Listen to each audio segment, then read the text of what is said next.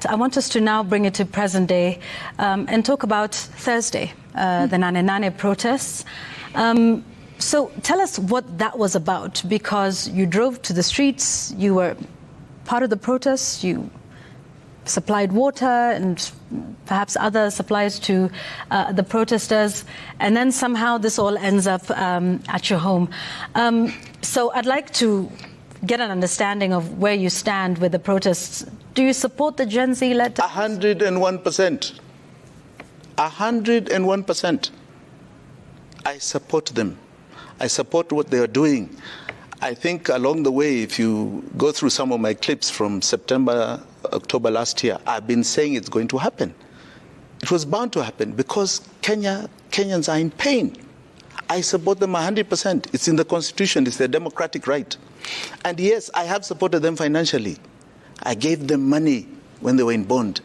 I have supported the supply of flags and water and all those things. Why not? I'm sure I'm not the only Kenyan who did it, right? Because it's not against the law, right?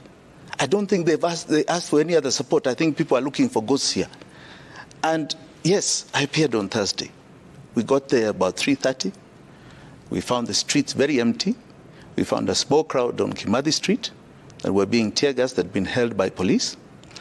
And they embraced us.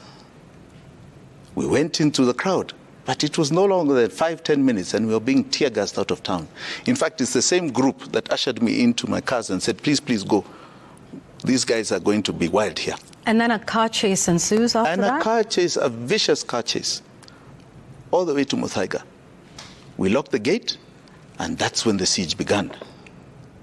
And that siege, you know, the last time when we had such an incident in 2017, it was civil. The police came in, they asked for me. We said, what for? They couldn't say. They said something about some investigation of some guns found in Malindi in my residence. And they want to see me. And we said, summons. They said, no. They surrounded the place a whole Monday. Tuesday, they broke in with a court order. This time, they surrounded the home by 5 o'clock, 5:30. And by 7, without a court order, they broke into the home and terrorized my family. What happened that night until 4 a.m. was pure thuggery, it was theft, it was assault on my family. They beat up my children.